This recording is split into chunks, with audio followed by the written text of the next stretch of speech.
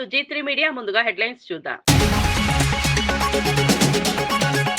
రాయవరం సభలో సీఎం చంద్రబాబు అధికారులపై ఆగ్రహం. సముద్రంలోకి వృధాగా పోయే నీటి కోసం గొడవలెందుకు అన్న సీఎం చంద్రబాబు. మిగులు జలాల కోసం ఏపీ తెలంగాణ మధ్య విభేదాలు వద్దన్న చంద్రబాబు. పాసు పుస్తకాల నిర్లక్ష్యం సహించమని హెచ్చరిక. జల వివాదాలకు శాశ్వత పరిష్కారమే లక్ష్యమన్న సీఎం రేవంత్ రెడ్డి. గొడవలు కాదు సహకారమే కావాలని నీటి అంశంపై సీఎం వ్యాఖ్యలు. యువతకు ఉద్యోగాలే ప్రజాప్రభుత్వం లక్ష్యమని వ్యాఖ్య. నైపుణ్య అభివృద్ధితో ఉపాధి పెంచుతామని హామీ. పిఠాపురం ముంపు ప్రాంతాల్లో పవన్ కళ్యాణ్ ఆకస్మిక తనిఖీ. పనులు ఎందుకు పూర్తి కాలేదని అధికారులపై ఫైర్.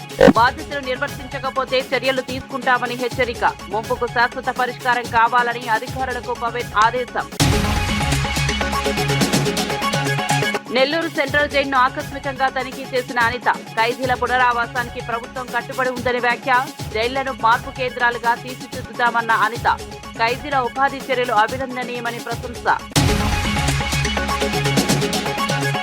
అశోక్ నగర్ హామీలతో యువతను మోసం చేశారన్న బీఆర్ఎస్. 2 లక్షల ఉద్యోగాల హామీ ఎక్కడా అని ప్రశ్నించిన ఏనుగుల రాకేష్ రెడ్డి. తెలంగాణ ఢిల్లీకి ఏటీఎం అయిందని వ్యాఖ్య. జాబ్ క్యాలెండర్ విడుదల చేయాలని బీఆర్ఎస్ డిమాండ్. ఇక వార్త వివరాల్లోకి వెళ్తే, రాయవరం సభలో సీఎం చంద్రబాబు నాయుడు అధికారులపై తీవ్ర ఆగ్రహం వ్యక్తం చేశారు. పట్టాదారు పాసు పుస్తకాల పంపిణీలో నిర్లక్ష్యం వహించడాన్ని తీవ్రంగా తప్పుపట్టారు. ప్రభుత్వ స్ఫూర్తికి భిన్నంగా వ్యవహరిస్తే కఠిన చర్యలు తప్పవని హెచ్చరించారు. ప్రజల సమస్యలను లైట్ గా తీసుకుంటే సహించేది లేదని స్పష్టం చేశారు. ఈ సందర్భంగా సీఎం మాట్లాడుతూ, సీఎం ఎక్కడుంటే అదే రాజధాని అన్న మాటలు విడ్డూరమని వ్యాఖ్యానించారు. ఒకవేళ జగన్ సీఎం అయితే బెంగళూరు ఏపీ రాజధానా అని ప్రశ్నించారు. అలాగే నదీ జలాల విషయంలో తెలుగు రాష్ట్రాల మధ్య గొడవలు పెట్టుకుంటే ఎలాంటి ప్రయోజనం ఉండదని అన్నారు. మన దగ్గర నీళ్లు మిగిలితే తెలంగాణ కూడా వాడుకోవచ్చని పేర్కొన్నారు. అయితే రాష్ట్ర ప్రయోజనాల విషయంలో మాత్రం ఎక్కడా రాజీ పడబోవని చంద్రబాబు స్పష్టం చేశారు. ఇలాంటి ఒకటి కాదు, ఒక అమరావతి నిన్న కూడా చూశారు. ఎవరైనా సరే బుద్ధి జ్ఞానం ఉండే వ్యక్తులు మాట్లాడతారు నాకు తెలియదు. ముఖ్యమంత్రి ఎక్కడుంటే అక్కడే క్యాపిటల్ అంట. మొన్నటి వరకు 3 ముక్కలాట ఆడారు. అంటే 3 రాజధానులు అన్నారు. ప్రపంచంలో ఎక్కడా లేవన్నాం, కానీ వినలేదు. ప్రజలు గుణపాఠం చెప్పారు, ఎన్నో ఇబ్బందులు పెట్టారు. ఇప్పుడు మాట్లాడుతున్నాడు, ఎక్కడ రాజ్యాంగంలో రాజధాని పేరు లేదంట. ముఖ్యమంత్రి ఎక్కడ కూర్చొని పనిచేసి బెంగళూరులో కూర్చుంటే ఇడుపుల పాయకి పోతే అదే రాజధాని. అంటే ఏంటి చేదస్తో నాకైతే అర్థం కావడం లేదు. ఇప్పుడు అంటున్నాడు అది నది పక్కన వచ్చిందంట. రాజమండ్రి ఎక్కడుంది? విశాఖపట్నం ఎక్కడుంది? లండన్ ఎక్కడుంది? ఢిల్లీ ఎక్కడుంది? చెన్నై ఎక్కడుంది? అంటే బాంబే ఎక్కడుంది? కనీసం ఇలాంటి ఇంగిత జ్ఞానం లేని వాళ్ళు కూడా రాజకీయాలు చేస్తే వీళ్ళు ఏం మాట్లాడాలి? ఇంకో పక్క మెడికల్ కాలేజ్ గురించి. తెలుగు రాష్ట్రాల మధ్య జల వివాదాల విషయంలో వివాదాలు కాదు శాశ్వత పరిష్కారమే కావాలని సీఎం రేవంత్ రెడ్డి స్పష్టం చేశారు. పరస్పర సహకారంతోనే సమస్యలు పరిష్కరించుకోవాలని అన్నారు. రాష్ట్రంలోని యువతకు ఉద్యోగ అవకాశాలు కల్పించడమే ప్రభుత్వ ప్రధాన లక్ష్యమని తెలిపారు. ఇందుకోసం విద్యా విధానంలో కొత్త ప్రణాళికలు అమలు చేస్తున్నామని చెప్పారు. ఉపాధి అవకాశాలు పెంచేందుకు ప్రైవేట్ రంగాన్ని ప్రోత్సహించే దిశగా ప్రభుత్వం అడుగులు వేస్తోందన్నారు. నిరుద్యోగులకు కేవలం ఉద్యోగం మాత్రమే కాదు, గౌరవప్రదమైన జీవితం కల్పించడమే ప్రజాప్రభుత్వ లక్ష్యమని పేర్కొన్నారు. యువత నైపుణ్యాభివృద్ధికి ప్రత్యేక కార్యక్రమాలు చేపడుతున్నామని, రాష్ట్ర ఆర్థిక అభివృద్ధితో పాటు ఉపాధి అవకాశాలు కూడా పెరుగుతాయని సీఎం రేవంత్ రెడ్డి విశ్వాసం వ్యక్తం చేశారు. సొంత రాష్ట్రంలో గాని పక్క రాష్ట్రంలో గాని నీటి వివాదాలకు సంబంధించి పదే చర్చలు జరుగుతున్నాయి. నేను ఈ వేదిక మీద నుంచి ఈ రాష్ట్రంలో ఉండి పక్క రాష్ట్రంలో రాజకీయ పార్టీలలో ఉన్న ప్రజాప్రతినిధులకు ఒక సూచన చేయదలుచుకున్నా, ఒక విజ్ఞప్తి చేయదలుచుకున్నా. మీకు పంచాయతీలు కావాలన్నా నీళ్లు కావాలన్నా అని ఎవరైనా నన్ను అడిగితే తెలంగాణ రాష్ట్రానికి నీళ్లు కావాలని నేను కోరుకుంటా. మీకు వివాదాలు కావాలనా, పరిష్కారం కావాలనా అంటే నేను పరిష్కారం కోరుకుంటా. నీళ్ల వివాదం ముసుగులో రాజకీయ ప్రయోజనం పొందాలి అని మా ప్రభుత్వం, మా పార్టీ భావించడం లేదు. 2 రాష్ట్రాల మధ్యలో ఉండే సమస్యల్ని శాశ్వతంగా పరిష్కరించాలి అని తెలంగాణ ప్రత్యేక రాష్ట్రాన్ని శ్రీమతి సోనియా గాంధీ గారు కాంగ్రెస్ పార్టీ ఇచ్చింది. రాజకీయాలకు అతీతంగా మనం ఈ రోజు ఆలోచన చేసుకొని పరిష్కరించుకోవాలి. ఒకటే చర్చలు, ఒక్కటే పరిష్కారము. న్యాయస్థానాల దగ్గరనో ఇతరుల దగ్గర పోయి పంచాయతీ తెంచుకునే కంటే మనమే కూర్చొని మన సమస్యల్ని సామరస్య పూర్వకంగా పరిష్కరించుకోవాలి అనేదే మా విధానము.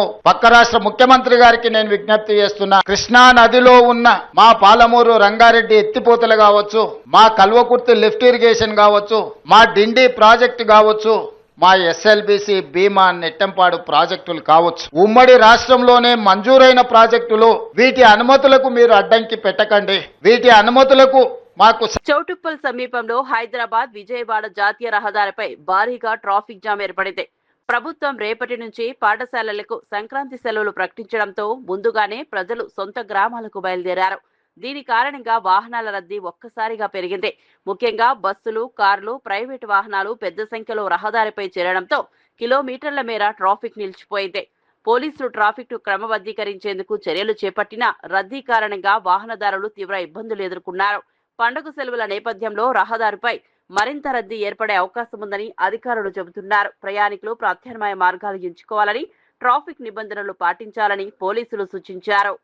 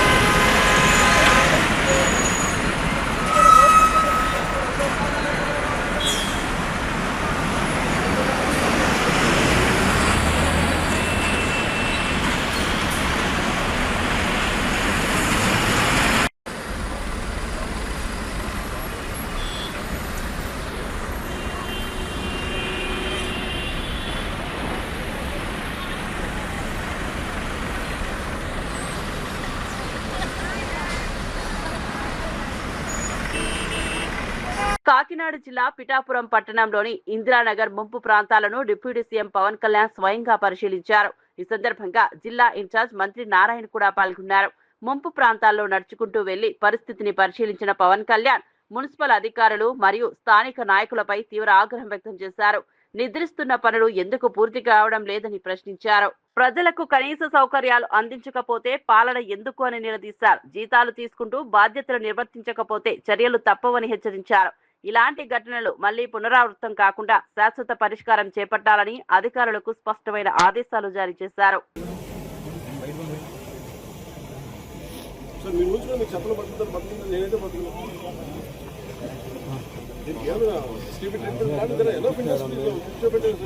మీరు తీసుకొచ్చారు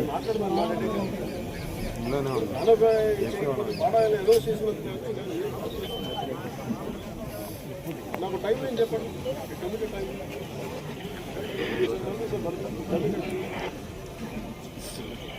నాకు కనిపించకూడదు, టైం లేని ఇవ్వండి.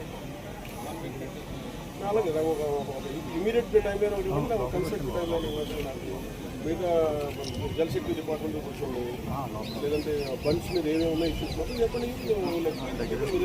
రిక్వెస్ట్ చేసి దీనివల్ల లేదు రేపు పొద్దున మునిగిపోతుంది. మేక్ షూర్ రెస్పాన్సిబిలిటీ మీరు రెండు రకాల ట్యాకిల్ చేయండి. నాకు తెలుసు మీరు పాడాలు చేసిందాం. స్టాండ్ నొప్పద్దు స్టాండ్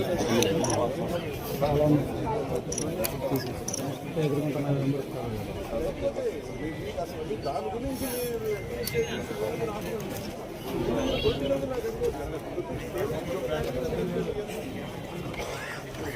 పాలసీని మాట్లాడుతున్నారు. రాయలసీమ లిఫ్ట్ ఇరిగేషన్ ప్రాజెక్టుకు 2021లో స్టే ఇచ్చినప్పుడు వైసీపీ మౌనంగా ఉండి ఇప్పుడు గగ్గోలు పెడుతోందని టీడీపీ నేత బీటెక్ రవి విమర్శించారు. అప్పట్లో వైసీపీ ప్రభుత్వ హయాంలోనే ప్రాజెక్టుకు అడ్డంకులు ఏర్పడ్డాయని గుర్తు చేశారు. రాజకీయ లబ్ధి కోసమే ఇప్పుడు ఈ అంశాన్ని తెరపైకి తీసుకొస్తున్నారని ఆరోపించారు. రాయలసీమ అభివృద్ధికి టీడీపీ ప్రభుత్వం కట్టుబడి ఉందని, ప్రాజెక్టుల విషయంలో ప్రజలను తప్పుదోవ పట్టించే ప్రయత్నాలను ప్రజలు గమనిస్తున్నారని అన్నారు. వాస్తవాలు మాట్లాడకుండా ఆరోపణలు చేయడం వైసీపీకి అలవాటుగా మారిందని విమర్శించారు. రాయలసీమ రైతుల ప్రయోజనాలే ప్రభుత్వ లక్ష్యమని, ప్రాజెక్టుల అమలులో ఎలాంటి నిర్లక్ష్యం ఉండదని బీటెక్ రవి స్పష్టం చేశారు. నేనే ఒత్తిడి తెచ్చి తర్వాత నేనే ఇన్ఫ్లుయెన్స్ చేసి అది దాన్ని ఆపానని చెప్పడం అంటే ఇది వాస్తవంగా సత్యదూరమైన మాటలను ఆయన సర్వైవల్ కోసమో ఇంకో పక్క రాష్ట్ర ముఖ్యమంత్రి మీద, అది కూడా వేరే పార్టీకి చెందిన ముఖ్యమంత్రి మీద అలా మాట్లాడడం అనేది నేనైతే ఖండిస్తా ఉన్నా. తర్వాత దాన్ని చూసి అంటే ఈ గత 1.5 సంవత్సరం నుంచి అంతకుముందు 2 సంవత్సరాల నుంచి నిద్రపోతా ఉండే ఆ తర్వాత ఈ వైఎస్ఆర్సీపీ నాయకులంతా ఇప్పుడు లేచి అబ్బా ఇదంతా మీ వల్లనే ఇబ్బంది పడినది, మీ వల్లనే ఆగిపోయిందంట అని ఇప్పుడు లేచి అంతా గగ్గోలు పెట్టడం. అంటే మైక్రో ఇరిగేషన్ ప్రాజెక్టు తర్వాత 1200 కోట్లతో పిలిచి ₹1 కూడా డబ్బు ఇవ్వకుండా, అది కూడా మళ్ళా మామూలు సంస్థ కదా, ప్రముఖ సంస్థని మెగా, వాళ్ళకు డబ్బు ఇవ్వకుండా చాప చుట్టేసుకొని పోయినారు. అంటే నిన్ను 1978 నుంచి మిమ్మల్ని ఎమ్మెల్యేగా చేసే మన పులివెందులకు సంబంధించిన ప్రాంతంలో మైక్రో ఇరిగేషన్ ప్రాజెక్ట్ చేసే వేంపల్లి టైలెండ్ వరకు మనము సాగునీరు ఇవ్వచ్చు. కుప్పం కన్నా ముందు పులివెందులకు నీళ్ళు ఇస్తారని మాటిచ్చి కృష్ణా జలాలను ఫస్ట్ పులివెందులకు నీళ్ళు వచ్చేట్టుగా వచ్చేసి చంద్రబాబు నాయుడు గారు. పులివెందుల్లో ఇప్పటికీ తాగునీరు సమస్య ఉంటే ఇప్పుడు మన ప్రభుత్వం, తెలుగుదేశం పార్టీ ప్రభుత్వం వచ్చిన తర్వాత 175 కోట్లు దానికి వెచ్చించి మొత్తం ప్రతి గ్రామానికి తాగునీటి సమస్య చేసి అది మన ముఖ్యమంత్రి గారి చేతుల మీదుగా తొందరలో శంకుస్థాపన చేస్తాం. నెల్లూరు జిల్లాలోని సెంట్రల్ జైలును హోంమంత్రి వంగలపూడి అనిత ఆకస్మికంగా సందర్శించారు. జైలులో ఉన్న ఖైదీలకు కల్పిస్తున్న సౌకర్యాలు, భద్రత, ఉపాధి అవకాశాలపై అధికారులను వివరాలు అడిగి తెలుసుకున్నారు.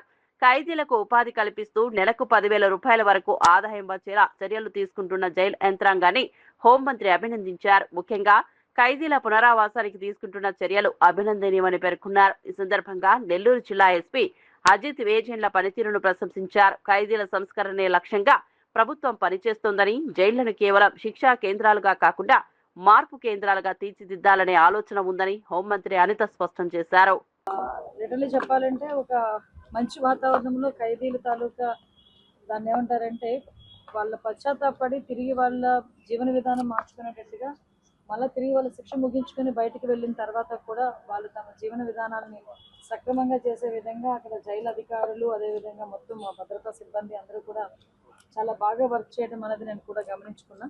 అక్కడికి వెళ్ళిన తర్వాత ఈవెందో వాళ్ళందరూ కూడా పేస్టులు తయారు చేస్తున్నారు, షాంపూలు తయారు చేస్తున్నారు, కోకోనట్ ఆయిల్ ప్యాకింగ్ జరుగుతున్నాయి, ఐరన్ అంటే బీరువాలు తయారు చేస్తున్నారు, స్కూల్ బెంచెస్ కానీ చైర్స్ కానీ ఇలాంటివన్నీ తయారు చేస్తున్నారు, కార్పెంటరీ వర్క్స్, స్టిచ్చింగ్, ఓవరాల్గా వర్క్ షాప్లో కూడా చాలా మంది వర్క్ చేసుకొని ఆ దగ్గర నెలకి దగ్గర 7,000 నుంచి 8,000 రూపాయలు వాళ్ళు నెల అయ్యేసరికి సంపాదించుకునే పరిస్థితులు కూడా కల్పించారు. ముఖ్యంగా ఇవే కాకుండా నేను అక్కడ ఉన్న భద్రతా సిబ్బందిని అందరినీ కూడా కనుక్కోవడం జరిగింది, ఉన్న పరిస్థితులు ఎలా ఉన్నాయని. అంతా కూడా మంచిగా అనిపించింది నెల్లూరు ప్రిజన్ అంతా కూడా. ఆ తర్వాత ఈరోజు ఇక్కడికి మన ఎస్పీ గారు, అదేవిధంగా అడిషనల్ ఎస్పీ గారు, డిఎస్పీ గారు అందరూ ఇక్కడికి వచ్చి ఇక్కడ ఒకసారి వీళ్ళందరితో కలిసి మాట్లాడడానికి ఇక్కడికి రావడం జరిగింది. ఓవరాల్గా నెల్లూరు జిల్లాలో ఒక మంచి సంస్కృతిని తీసుకొచ్చినందుకు రాష్ట్రంలోనే నేను నెల్లూరు పోలీసుల్ని ప్రత్యేకంగా ఎస్పీ గారిని అభినందిస్తున్నాను.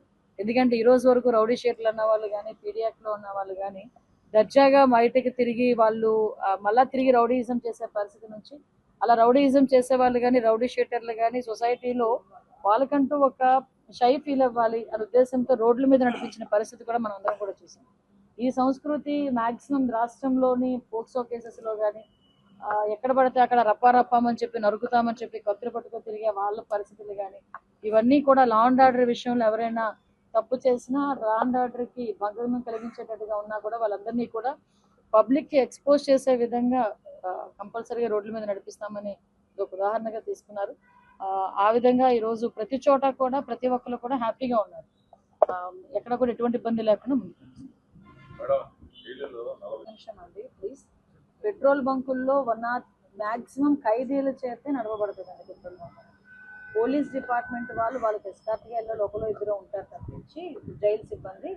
మాక్సిమం పెట్రోల్ బంక్స్ కానీ ఇలాంటివన్నీ కూడా జైలు ఎవరైతే ప్రిజనర్స్ ఎవరైతే ఉన్నారో, కన్విక్టెడ్ ఎవరైతే ఉన్నారో వాళ్ళే నడిపించుకుంటారు మాక్సిమం. అలాంటి వాళ్ళ గురించి పెట్టిందే అది.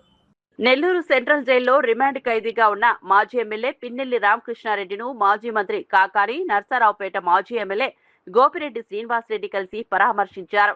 జైలులో ఆయన ఆరోగ్య పరిస్థితిని తెలుసుకున్న వైసీపీ నేతలు ధైర్యం చెప్పారు. ఈ సందర్భంగా రాజకీయ కక్షతోనే కేసులు పెట్టారని వారు ఆరోపించారు. ప్రజాసేవ చేసిన నాయకులను ఇబ్బంది పెట్టే ప్రయత్నాలు జరుగుతున్నాయని విమర్శించారు. వైసీపీ నేతలపై అక్రమ కేసులు పెట్టడం ద్వారా ప్రభుత్వం ప్రజల గొంతు నొక్కాలని చూస్తోందన్నారు. న్యాయ వ్యవస్థపై పూర్తి విశ్వాసం ఉందని, నిజం తప్పకుండా బయటపడుతుందని చెప్పారు. పార్టీ శ్రేణులు ధైర్యంగా ఉండాలని, ప్రజల మద్దతు తమకే ఉందని వైసీపీ నేతలు స్పష్టం చేశారు. కాబట్టి మీరు మీ ఇష్ట ప్రకారం వ్యవహరిస్తా ఏదో ఒక విధంగా ఒక నియంత్రణతో పోగొట్టలేకపోతున్నారు. రేపు ఈ రోజు మీకు చెప్పేటువంటి శాసనసభ్యులు ఎవరు కూడా బెంగళూరు, హైదరాబాద్, ఇతర రాష్ట్రాలకి లేదా వీలైతే ఇతర దేశాలకు తరలి వెళ్ళిపోతారు. ఉద్యోగస్తులు మాత్రం ఇక్కడే ఉండాల్సినటువంటి పరిస్థితి ఏర్పడుతుంది. జగన్మోహన్ రెడ్డి గారు ఇప్పుడే చెప్పినట్టుగా, ఇంతకుముందే చెప్పినట్టుగా, మీరు ఉద్యోగం నుంచి పదవి విరమణ చేసినా సరే ఎవరిని విడిచిపెట్టేది ఉండదు. సప్త సముద్రాల అవతల ఉన్నా సరే వాళ్ళని తీసుకొచ్చి న్యాయస్థానం ముందు నిలబెట్టి తప్పనిసరిగా మీకు శిక్ష పడేటువంటి విధంగా చర్యలు చేపట్టడం జరుగుతుంది అని చెప్పి తెలియజేస్తూ, ఏది ఏమైనా సరే ఈరోజు పిన్నెల్లి సోదరులకి వైఎస్ఆర్ కాంగ్రెస్ పార్టీ కుటుంబం మొత్తం ఈరోజు అండగా నిలిచింది. వాళ్ళ పట్ల ప్రగాఢమైనటువంటి ఈరోజు జనాలలో సానుభూతి వెల్లవవుతుంది. ఎక్కడ వెళ్ళినా సరే పాపం వాళ్ళకి సానుభూతి వ్యక్తం చేస్తున్నారు. అయ్యో అనవసరంగా వీళ్ళకి సంబంధించినటువంటి దాంట్లో ఆ సింపతి అనేటువంటిది ఈరోజు ప్రజల్లో ప్రారంభమైంది. అది రాబోయేటువంటి రోజుల్లో ఇంకా ఎక్కువ ఉధృత స్థాయిలో వెళ్ళేటువంటి పరిస్థితి ఏర్పడింది. నేను ఈ ప్రభుత్వానికి ఒకటే విషయం చెప్తున్నా, మీరు చేసేటువంటి ఈ నియంత్రణతో పోకడలు అనేటువంటివి ప్రజలు ఎదురు తిరిగితే బ్రిటిష్ పాలకులను తరిమి కొట్టినటువంటి ప్రజలు ఈ రోజు ఉన్నటువంటి పోలీస్ వ్యవస్థను ఎదిరించడం అనేటువంటిది పెద్ద పని కాదు. పోలీస్ స్టేషన్ల దగ్గరికి వచ్చో, పోలీస్ స్టేషన్ల ముందు బైఠాయించో, మొరాయించో కూర్చోవడం మొదలు పెడితే మీరు శాంతి భద్రతలను కూడా కాపాడేటువంటి పరిస్థితి ఏర్పడదు. కాబట్టి శాంతి భద్రతలను కాపాడాల్సినటువంటి పోలీసులు వాటిని విస్మరించి వైఎస్ఆర్ కాంగ్రెస్ పార్టీ శ్రేణులను ఇబ్బంది పెట్టడమే ధ్యేయంగా పనిచేస్తున్నారు. ఇది సరైనటువంటి పద్ధతి విధానం కాదు అని చెప్పి ఈ సందర్భంగా మీకు అందరికీ ఒక హెచ్చరిక చేస్తూ, ఖచ్చితంగా రాబోయేటువంటి రోజుల్లో వైఎస్ఆర్ కాంగ్రెస్ పార్టీ తిరిగి అధికారంలోకి రాగానే ఈ రోజు మీరు పెట్టినటువంటి అక్రమ కేసులు అన్నిటి మీద విచారణ చేస్తాం. అన్యాయంగా మాట్లాడేటువంటి వాళ్ళు, అన్యాయంగా పోస్టింగ్లు పెట్టేవాళ్ళు, అన్యాయంగా వ్యవహరించేటువంటి వాళ్ళు తెలుగుదేశం పార్టీ శ్రేణుల్ని వదిలిపెట్టడం, తెలుగుదేశం పార్టీ శ్రేణులకు వంతగా ఈరోజు నిలిచి అండగా పలుకుతున్నటువంటి, చిలక పలుకులు పలుకుతున్నటువంటి అధికారులు ఎవరిని కూడా విడిచిపెట్టేటువంటి ప్రసక్తి ఉండదు అని చెప్పి ఈ సందర్భంగా తెలియజేస్తూ, ఈరోజు ధైర్యంగా ఉండేటువంటి పిన్నెల్లి సోదరులకి ఈరోజు అందరూ కూడా అండదండలు అందించి రాబోయేటువంటి రోజుల్లో వాళ్ళ న్యాయ పోరాటం ద్వారా ఎక్కడా కూడా నిర్దోషులుగా బయటకు వస్తారనేటువంటి ఆ విశ్వాసం మాకుంది. తప్పనిసరిగా వాళ్ళు నిర్దోషులుగా బయటకు వస్తారని చెప్పి సందర్భంగా తెలియజేస్తూ, ఎప్పటికైనా చంద్రబాబు కొడుకు, అబ్బా కొడుకులు ఇద్దరు కూడా మీ బుద్ధి మానుకుని మీ దుర్బుద్ధితో వ్యవహరించకుండా, ప్రజల పట్ల పక్షపాత వైఖరి ప్రదర్శించకుండా, మీకు ప్రజలు ఇచ్చినటువంటి అవకాశాన్ని సద్వినియోగం చేసుకుని వీలైతే, మీకు చేత కాదు ఎప్పుడు ప్రజలకు సంబంధించి ఆలోచన చేసి అభివృద్ధి సంక్షేమం అమలు చేయాలనేటువంటిది, మీకు చేత అయితే వీలైతే ప్రజలకు ఏదైనా మేలు చేసేదానికి ఆలోచన చేయండి తప్ప ప్రజలకు కీడు చేసేటువంటివి రేపు రాబోయేటువంటి రోజుల్లో తప్పనిసరిగా దాని ద్వారా మీరు మూల్యం చెల్లించుకోవాల్సినటువంటి పరిస్థితి. నిరుద్యోగుల జీవితాలతో చెలగాటమాడింది బీఆర్ఎస్ పాలనలోనేనని కాంగ్రెస్ నేత చనగాని దయాకర్ హరీష్ రావుని ప్రశ్నించారు. గాంధీ భవన్ లో మీడియాతో మాట్లాడుతూ నిరుద్యోగుల సమస్యలను రాజకీయ లబ్ధికి వాడుకుంటున్నారని విమర్శించారు. మండలిలో మంత్రి శ్రీధర్ బాబు చేసిన వ్యాఖ్యలను వక్రీకరించి నిరుద్యోగుల్లో అయోమయం సృష్టించడమే బీఆర్ఎస్ అజెండా అని అన్నారు. అగ్రికల్చర్ పరీక్షల లీకేజీలకు బాధ్యులు ఎవరో ప్రజలకు తెలుసని చెప్పారు. జగిత్యాల జిల్లాలో ఇన్ సర్వీస్ అభ్యర్థులు కాపీ కొడుతూ పట్టుబడిన ఘటనలను గుర్తు చేశారు. కాంగ్రెస్ ప్రభుత్వం నిరుద్యోగులకు న్యాయం చేసే దిశగా ముందుకెళ్తోందని, సీఎం రేవంత్ రెడ్డి నిరుద్యోగుల బాంధవుడిగా నిలుస్తారని దయాకర్ పేర్కొన్నారు. ఆల్రెడీ వివిధ కంపెనీలతోని ఎంఓ కుదిరించుకొని ఈ ప్రక్రియ కొనసాగుతూనే ఉంది. అదే విషయాన్ని శ్రీధర్ బాబు గారు అసెంబ్లీలో చెప్పితే కూడా దాన్ని వక్రీకరించి ప్రభుత్వ ఉద్యోగాలలో కొంతమందికే మనం ఇవ్వగలుగుతాం, కానీ ప్రైవేట్ రంగంలో అవకాశాలు ఎక్కువ మనం ఇవ్వగలుగుతామని చెప్పిన విషయాన్ని మీరు వక్రీకరించి ఇవాళ విద్యార్థుల మధ్య, నిరుద్యోగుల మధ్య విద్వేషాలు ఇవాళ రెచ్చగొట్టే అవకాశాలు మీరు పూనుకుంటున్నారు. ఇది సరైనది కాదని మేము హెచ్చరిస్తా ఉన్నాం. హరీష్ రావు గారు, మీరు మాజీ మంత్రిగా 10 ఏళ్ల పాటు పనిచేసిన మీరు ఇవాళ తన స్థాయికి మించి ఇవాళ మీరు ఒక ఆజ్ఞానిగా మాట్లాడడం అనేది చాలా సిగ్గుపడతా ఉన్నాం. అగ్రికల్చర్ యూనివర్సిటీలో జరిగినటువంటి తప్పిదమేందో మీకు కనీసం అది కూడా మీరు తెలియకుండా దాన్ని ఒక లీకేజ్గా అది ఒక పెద్ద దానిలాగా మీరు మాట్లాడడం అనేది కూడా సరైంది కాదని మేము కోరుతా ఉన్నాం. ఇది మా ప్రజా ప్రభుత్వం, ఇది ప్రజల కోసం పనిచేసే ప్రభుత్వం, ప్రజలు తెచ్చుకున్నటువంటి ప్రభుత్వం అనే విషయాన్ని హరీష్ రావు గారు చెప్తా ఉన్నాను. ఇది కుటుంబ పాలన కాదు. మీలాగా ఇవాళ ప్రజా పాలనలో ఏ ఒక్కరు అవకాశం లేకుండా సమిష్టి నిర్ణయాలతో గౌరవ ముఖ్యమంత్రి రేవంత్ రెడ్డి గారు ఈ రాష్ట్ర అభివృద్ధి కోసం, విద్యార్థుల భవిష్యత్తు కోసమే ఇలా జీవితం అంతా అక్కడ పణంగా పెట్టి పనిచేస్తున్న విషయాన్ని గుర్తు తెచ్చుకోవాలని మేము హరీష్ రావు గారికి హెచ్చరిస్తా ఉన్నాం. దయచేసి ఒక మాజీ మంత్రి హోదాలో కనీసం మీరు వాస్తవాలు చెప్పే ప్రయత్నం చేయండి.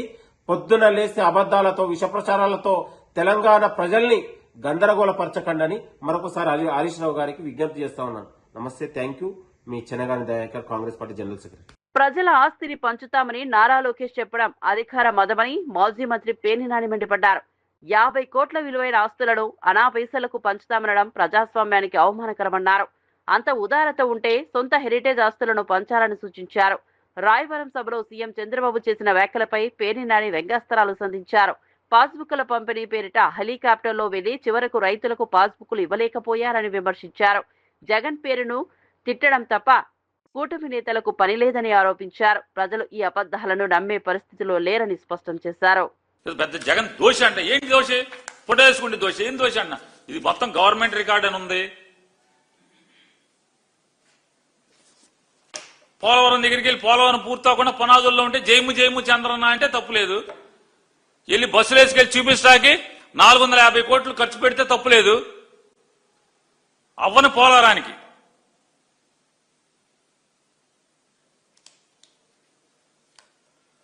ఇవాళ సూపర్ 6 సూపర్ హిట్ చేశారు మీరు. డబుల్ ఇంజిన్ సర్కార్ కాదు, ట్రిపుల్ ఇంజిన్ బుల్లెట్ రైల్ అంట.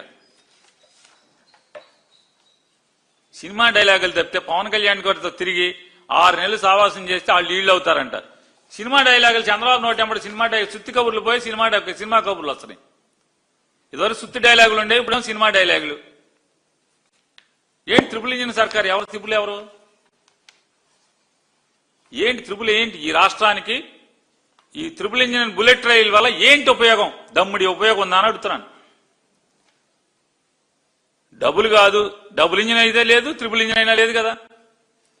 గత 5 ఏళ్లు 2014 నుంచి 19 దాకా డబుల్ ఇంజిన్ సర్కారు ఈ రాష్ట్రానికి ఒదిగింది ఏంటని అడుగుతున్నాను. చెంబుడు నీళ్లు దోషుడి మట్టే కదా. ఈ రాష్ట్రానికి ఏం మిగిలింది? చెంబుడు నీళ్లు దోషుడి మట్టి మిగిలింది డబుల్ ఇంజిన్ సర్కార్తో. ఇప్పుడు ట్రిపుల్ ఇంజిన్ సర్కార్ బుల్లెట్ ట్రైన్తో ఏం మిగులుతుంది? ఏం మిగులుతుంది అంటే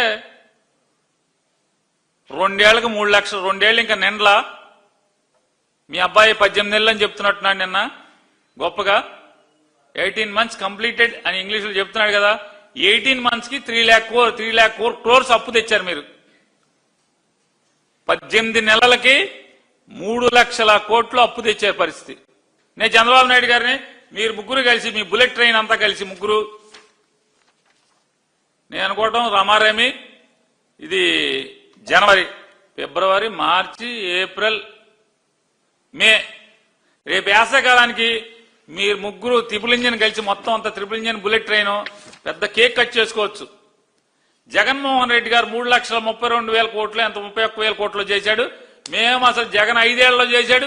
మేము 2 ఏళ్లు తిరగకుండానే 2 ఏళ్లలో జగన్ రికార్డు బ్రేక్ చేశాం. జగన్ తెచ్చిన అప్పుల కన్నా ఎక్కువ చేశామని మీరు పెద్ద కేక్ కట్ చేసుకుంటే పనికి వస్తుంది తప్పితే ఈ bullet train, triple engine bullet train దేనికి పనికి వస్తాయా అంటే జగన్మోహన్ రెడ్డి గారు 5 ఏళ్లలో ఈ రాష్ట్ర సంక్షేమం కోసం, ఈ రాష్ట్ర అభివృద్ధి కోసం 3 పోర్టులు, 10 ఫిషింగ్ హార్బర్లు, 31 లక్షల మందికి ఇళ్ల పట్టాలు, ఇళ్లు లేని వాళ్ళకి ఇళ్ల పట్టాలు, ఇట్లా అనేక కార్యక్రమాలు, ప్రభుత్వ హాస్పిటల్ చేయటం, 17 మెడికల్ కాలేజీల నిర్మాణం చేయటం, ఇట్లా అనేకమైనటువంటి అభివృద్ధి కార్యక్రమాలతో పాటుగా 2,60,000 కోట్ల రూపాయల సంక్షేమాన్ని సరాసరి నేరుగా ప్రజలకు అందించడంలో కానీ, వీటన్నిటి కోసం 5 ఏళ్లలో 3,30,000 కోట్లు అప్పు చేస్తే మీరు 18 నెలల్లో అంటే 60 నెలల్లో 3,32,000 కోట్లు, 3,30,000 కోట్లు చేస్తే 18 నెలల్లో 3 లక్షల కోట్లు అప్పు చేశారు మీరు. ట్రిపుల్ ఇంజిన్ దేనికి పనికి వచ్చిందని అడుగుతున్నాను. భవిష్యత్తులోనూ కరెంటు ఛార్జీలు పెంచలేము. ఇంతకన్నా దగా ఇంకేమన్నా ఉండతా? పచ్చి దగా. ఇవాళ దాకా పెంచలేదంట, భవిష్యత్తులో కూడా పెంచడంట.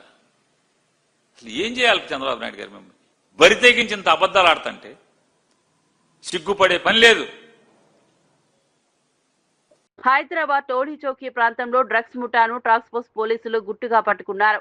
ఈ ఆపరేషన్ లో 2 నైజీరియన్ డ్రగ్స్ సప్లయర్లను అరెస్ట్ చేసి వారి వద్ద నుంచి 20 లక్షల విలువైన 150 గ్రాముల MDMA డ్రగ్స్ ను సీజ్ చేశారు. ఈ విషయాన్ని హైదరాబాద్ డీసీపీ వైభవ్ గైక్వాడ్ వెల్లడించారు. నిందితులు గోవా మార్గంగా హైదరాబాద్ కు డ్రగ్స్ సరఫరా చేస్తున్నట్లు విచారణలో తేలింది. భారతీయ పేర్లతో ఫేక్ డాక్యుమెంట్లు తయారు చేసుకుని డ్రగ్స్ వ్యాపారం సాగిస్తున్నారని పోలీసులు తెలిపారు. వీరిద్దరి వీసా గడువు ముగిసినట్టు గుర్తించారు. నిందితులను డిపోర్ట్ చేసి బ్లాక్ లిస్ట్ లో చేర్చనున్నట్లు అధికారులు తెలిపారు. నగరంలో డ్రగ్స్ పై ఉక్కుపాదం మోపుతామని పోలీసులు స్పష్టం చేశారు. మన హెచ్న్యూ టీం రెగ్యులర్ గా పనిచేస్తున్నారు. ఈ మొత్తం ఆపరేషన్ లో మన హెచ్న్యూ టీం ఇన్స్పెక్టర్ డానియల్ అని వాళ్ళ టీం, తర్వాత ఎస్ఐ వెంకట్రాములు, ఈ అన్ని మొత్తం టీం చాలా మంచిగా పనిచేశారు. మరియు మన తోలిచౌకి పిఎస్ నుంచి G Balraj DI Tolichowki PS and అందరు తోలిచౌకి స్టాఫ్ కూడా మంచిగా పనిచేశారు. సో అందరికీ నేను అభినందన చేస్తున్నాము. Thank you. వాళ్ళు ఒక అబ్స్కాండింగ్ సప్లయర్ ఉన్నారు నైజీరియన్ క్రిస్, వాళ్ళు కూడా ఇప్పుడే ఈ కేసులో వాళ్ళకి అబ్స్కాండింగ్ చూపించేస్తున్నారు.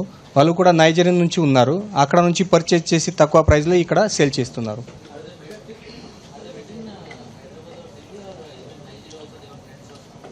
అదే కూడా గురించి నాకు ఇన్వెస్టిగేషన్ నడుస్తుంది. అది మనకు క్లియర్ కట్. బట్ వాళ్ళ ఇంతకుముందు కూడా పరిచయం ఉంది అది. సో ఇది అక్యూజ్ ఇక్కడ హైదరాబాద్లో ఉన్నారు ఫస్ట్. ఇక్కడ జైలు నుంచి బయటకు వచ్చి తర్వాత ఐడెంటిటీ చేంజ్ చేసి ఢిల్లీలో రిసైడ్ చేస్తున్నారు. సో ఢిల్లీ ఇప్పుడే అది మన ఇన్వెస్టిగేషన్ చేసి అక్కడ కూడా టీం పంపించేస్తున్నాము. రాహుల్ గాంధీ అశోక్ నగర్ కు వచ్చి నిరుద్యోగ యువతకు హామీలు ఇచ్చి నట్టేట ముంచేశారని బీఆర్ఎస్ నేత ఏనుగుల రాకేష్ రెడ్డి తీవ్ర విమర్శలు చేశారు. ఎన్నికల సమయంలో 2 లక్షల ఉద్యోగాల హామీ ఇచ్చిన రాహుల్ గాంధీ ఆ మాటలను అమలు చేయడంలో పూర్తిగా విఫలమయ్యారని మండిపడ్డారు. తెలంగాణలో కాంగ్రెస్ ప్రభుత్వం అధికారంలోకి వచ్చిన వెంటనే రాష్ట్రం ఢిల్లీ కాంగ్రెస్ కు ఏటీఎంలా మారిందని ఆరోపించారు. నేరుగా ఢిల్లీకి నిధులు వెళ్తుంటే రాహుల్ గాంధీ తెలంగాణకు ఎందుకు వస్తారని ప్రశ్నించారు. ఇచ్చిన హామీలపై ముఖం చాటేయడంతోనే కేటీఆర్ స్పందించారని చెప్పారు. యువత గురించి కాంగ్రెస్ కు నిజంగా పట్టింపు ఉంటే వెంటనే జాబ్ క్యాలెండర్ విడుదల చేయాలని డిమాండ్ చేశారు. మోసం చేసిన వారిని ప్రశ్నించడం తప్పు కాదని బీఆర్ఎస్ నేతలు స్పష్టం చేశారు. రాహుల్ గాంధీ గారు అశోక్ నగర్ కు వచ్చి కాంగ్రెస్ పార్టీ వస్తే ఏడాదిలోపే 2 లక్షల ఉద్యోగాలు ఇస్తామని చెప్పి ఈ రాష్ట్రంలో ఉన్నటువంటి నిరుద్యోగ యువతను నమ్మించి నట్టేట ముంచి మళ్ళీ కనీసం అటు ముఖాన కూడా రాకుండా పోయిండు. తెలంగాణ రాష్ట్రము వాళ్ళ చేతిలో పడగానే వాళ్ళకు ఒక ఏటీఎం దొరికినట్టయింది. ఇక ఆయన తెలంగాణకు రావాల్సిన అవసరం లేకుండా పోయింది. ఎందుకంటే డైరెక్ట్ గా ఢిల్లీకి మూటలు అందుతున్నాయి కదా. ఈ విషయాన్ని ఉద్దేశించి రాహుల్ గాంధీ గారు మా విద్యార్థులకు మా యువతకి ఇచ్చినటువంటి మాటను మర్చిండా అని చెప్పి వాళ్ళ ఆవేదన ఈయనకు గుర్తు లేదా అని చెప్పి కేటీఆర్ గారు రాహుల్ గాంధీ గారిని అవులే అన్నారు. ఎస్ అన్నారు, వాస్తవమే ఇది. ఆయన ఏదో తిట్టడం కోసం అనలే. 2 సంవత్సరాలు అయిపోయింది, ఒక్కనాడు కూడా మీరు ఇచ్చినటువంటి హామీ మీద రివ్యూ చేయలే. ఒక జాతీయ నాయకుడై రేపో మాపో ప్రధానమంత్రి కావాలని కలలు అంటున్నటువంటి ఒక నాయకుడికి ఒక నిబద్ధత లేదా, చిత్తశుద్ధి లేదా, ఒక రివ్యూ పెట్టాల్సినటువంటి అవసరం లేదా, మీ ముఖ్యమంత్రితో మాట్లాడేటువంటి అవసరం లేదా అని చెప్పి ప్రశ్నించడానికి మాత్రమే ఈ నిరుద్యోగ యువత యొక్క గోస, ఈ రాష్ట్రంలో ఉన్నటువంటి రైతులు, మహిళలు, కార్మికులు పడుతున్నటువంటి గోసను చూడలేక కడుపు మండి ఆయన మాట్లాడాడు. ఊరికేం మాట్లాడలే. రాహుల్ గాంధీ గారిని ఇట్లంటారా? మరి ఏమనాలే? బాధ్యత లేదా? ఆ రోజు మీరు వస్తారు, తెలంగాణకు వస్తారు, సభలు పెట్టుకుంటారు, యూత్ డిక్లరేషన్ ఇస్తారు, నిరుద్యోగ భృతి ఇస్తామంటారు, 2 లక్షల ఉద్యోగాలు ఇస్తామంటారు, జాబ్ క్యాలెండర్ ఇస్తామంటారు, మెగా డిఎస్సి ఇస్తామంటారు, ఆశ చూపుతారు, ఓట్లు వేయించుకుంటారు, అవతల పడతారా? ఇది న్యాయమా? ఇది ధర్మమా? దీన్ని ప్రశ్నిస్తే ఈరోజు ఇష్టం వచ్చినట్టు మాట్లాడతారు. పైగా కేటీఆర్ గారు ఒక యువ నాయకుడు కాబట్టి, ఈ రాష్ట్రంలో ఉన్నటువంటి లక్షలాది మంది యువత యొక్క ఆకాంక్షలు తెలిసినటువంటి ఒక వ్యక్తి కాబట్టి వారు జాబ్ క్యాలెండర్ సంబంధించి ఒక వాయిదా తీర్మానాన్ని ప్రవేశపెడితే స్పీకర్ గారు దాన్ని తిరస్కరిస్తారు. ఏమనుకోవాలి మరి? అంటే మీకు ఈ రాష్ట్రంలో ఉన్నటువంటి యువత గురించి అసలు పట్టదా? వాళ్ళ అవసరం లేదా? వాళ్ళ ఆకాంక్షలు అవసరం లేదా? మరి అవసరం లేనప్పుడు మాట్లాడితే మీకు ఎందుకు ఓడికొస్తుంది? మరి లేదు. ఈ రాష్ట్రంలో ఉన్న యువత భవిష్యత్తు గురించి ఆలోచిస్తే వెంటనే జాబ్ క్యాలెండర్ రిలీజ్ చేయండి. వెంటనే రిలీజ్ చేయాల్సిందిగా డిమాండ్ చేస్తున్నాం. 50,000కు సంబంధించినటువంటి పోలీస్ కానిస్టేబుల్ యొక్క నోట్. గతంలో కేపీసీ కంపెనీపై తీవ్ర ఆరోపణలు చేసిన రేవంత్ రెడ్డి ఇప్పుడు అదే కంపెనీకి 400 కోట్ల ప్రాజెక్టు ఎలా ఇచ్చారని బీఆర్ఎస్ నేత మన్నె కృషాంక్ ప్రశ్నించారు. తిరుపతి రెడ్డికి దగ్గర కావడమే కేపీసీకి లాభంగా మారిందా అని నిలదీశారు. రాజకీయ లబ్ధి కోసమే గతంలో ఆరోపణలు చేసి ఇప్పుడు అధికారంలోకి వచ్చాక దానికి భిన్నంగా వ్యవహరించడం ద్వంద్వ వైఖరికి నిదర్శనమన్నారు. ప్రజలకు సమాధానం చెప్పకుండా కార్పొరేట్ కంపెనీలకు భారీ ప్రాజెక్టులు అప్పగించడం సరైన విధానం కాదని విమర్శించారు. ఈ అంశంపై ప్రభుత్వం స్పష్టత ఇవ్వాలని, లేదంటే ప్రజల్లో అనుమానాలు మరింత పెరుగుతాయని హెచ్చరించారు.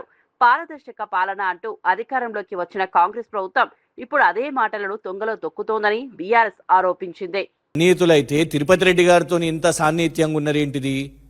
కథ ఏంటిదంటే కేటీఆర్ గారు సన్నిహితులైతే ఇవాళ రేవంత్ రెడ్డి గారి ప్రభుత్వంలో కేపీసీ ప్రాజెక్ట్స్కి ఎందుకు కాంట్రాక్ట్లు వచ్చినాయి? లేటెస్ట్గా ఇటీవలే వాళ్ళ క్యాబినెట్ సమావేశంలో తీసుకున్న కేటీపీఎస్ మీద తీసుకున్న అడిషనల్ ప్రాజెక్ట్స్ మీద 400 కోట్ల కాంట్రాక్టు రేవంత్ రెడ్డి గారు అన్న, ఆయన ఇంజనీర్ కాదు, ఆయన డిజైనర్ కాదు, ఆయన కాంట్రాక్టర్ కాదు, పనికిరానోడు అని ప్రెస్ మీట్లు పెట్టి తిట్టిన రేవంత్ రెడ్డి గారి యొక్క ఈ కేపీసీ ప్రాజెక్ట్స్కే మరి 400 కోట్లు ఎందుకు ఇచ్చిండ్రు?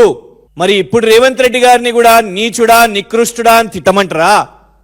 ఆనాడు నువ్వు ప్రెస్ మీట్ పెట్టి ఇలాగే మాట్లాడినావు కదా. నేను ఇప్పుడు ఆ వీడియో ప్లే చేయలేదు, కానీ ఇదే ప్రెస్ మీట్లో కేసీఆర్ గారిని తిట్టినందుకు మరి ఇదే కేపీసీ ప్రాజెక్ట్స్కి మీ అన్నతో డీల్ కుదిరినందుకు ఇవాళ నువ్వు 400 కోట్ల కాంట్రాక్ట్ ఇచ్చినావు కదా. మరి రేవంత్ రెడ్డి గారు మీరు కూడా నీచులు, మీరు కూడా నికృష్టులు కాబట్టే వీళ్లకు ప్రాజెక్టులు ఇస్తున్నారా? లేదు, కేసీఆర్ గారి ప్రభుత్వం అర్హులకు ఏదైతే టెండర్ ప్రక్రియ ఉంటుందో ఆ అర్హత బేసిస్ గా ఎవరికి కాంట్రాక్ట్లు వచ్చినాయో అది పెద్దగా ప్రభుత్వం పట్టించుకోలేదు, వాళ్ళకు వచ్చింది అని మీరు ఇవాళ ఒప్పుకోండి. ఆ బేసిస్ గానే వచ్చిందా? అప్పుడు మీరు చెప్పింది తప్ప, లేదు ఇప్పుడు మీరు చేస్తున్నది కరెక్టా? ఆనాడు రాజకీయాల కోసం ఏదైనా కూడా రాష్ట్రంలో ఎవరు ఎక్కడ చేసినా, ఫీనిక్స్ ది కూడా అట్లనే, ఫీనిక్స్ కేటీఆర్ గారిదే. వాళ్ళు ప్రెస్ మీట్లు పెట్టి ఉత్తమ్ కుమార్ రెడ్డి గారు, బట్టి విక్రమార్క గారు, శ్రీధర్ బాబు గారు ప్రెస్ మీట్లు పెట్టి ఫీనిక్స్ సంస్థ మీద మేము సిబిఐని కోరుతాం, విచారణ చేపిస్తామని ఇవాళ రాస్క పూస్క తిరుగుతున్నారు రేవంత్ రెడ్డి. సంక్రాంతి పండుగకు ఊర్లకు వెళ్లే ప్రయాణికులతో హైదరాబాద్ ఎల్బీ నగర్ ప్రాంతం ఉదయం నుంచే కిటకిటలాడుతోంది. రేపటి నుంచి పాఠశాలలకు సెలవులు ప్రారంభం కావడంతో చాలా మంది సొంత ఊర్లకు బయలుదేరారు. రాయలసీమ, ఉత్తరాంధ్ర, కోస్తాంధ్ర వైపు వెళ్లే బస్సులు ప్రయాణికులతో నిండిపోయాయి. ఈ నేపథ్యంలో టీజీఆర్టీసీ అదనపు సర్వీసులు నడుపుతోంది. బస్టాండ్లు, ప్రయాణ ప్రాంగణాలు ప్రయాణికులతో నిండిపోయాయి. ట్రాఫిక్ రద్దీ పెరగడంతో పోలీసులు ప్రత్యేక చర్యలు తీసుకుంటూ వాహనాల రాకపోకలను క్రమబద్ధీకరిస్తున్నారు. ప్రయాణికులు సహనం పాటించాలని, ట్రాఫిక్ నిబంధనలు పాటించాలని పోలీసులు సూచించారు. పండుగ రద్దీ నేపథ్యంలో ప్రయాణికుల భద్రతకు ప్రత్యేక ఏర్పాట్లు చేస్తున్నారు.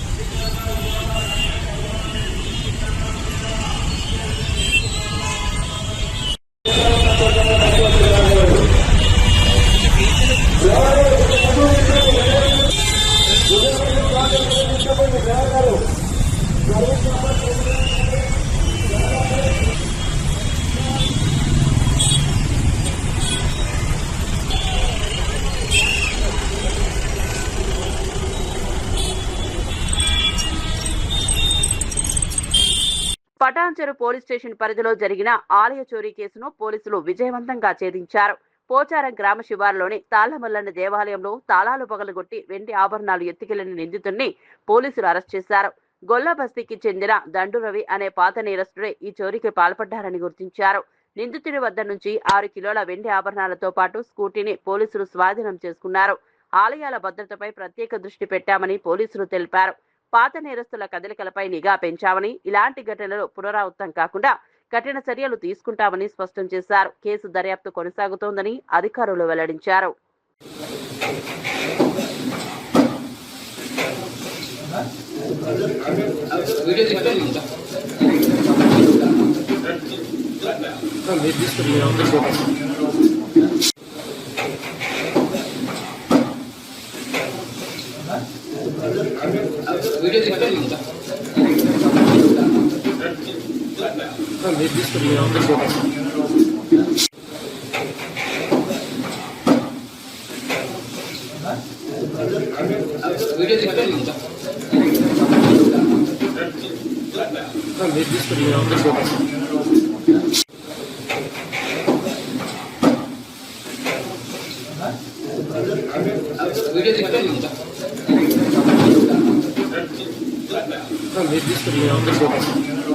సినిమా టికెట్ రేట్లు భారీగా పెంచడంపై సిపిఐ నేత నారాయణ తీవ్ర అసహనం వ్యక్తం చేశారు.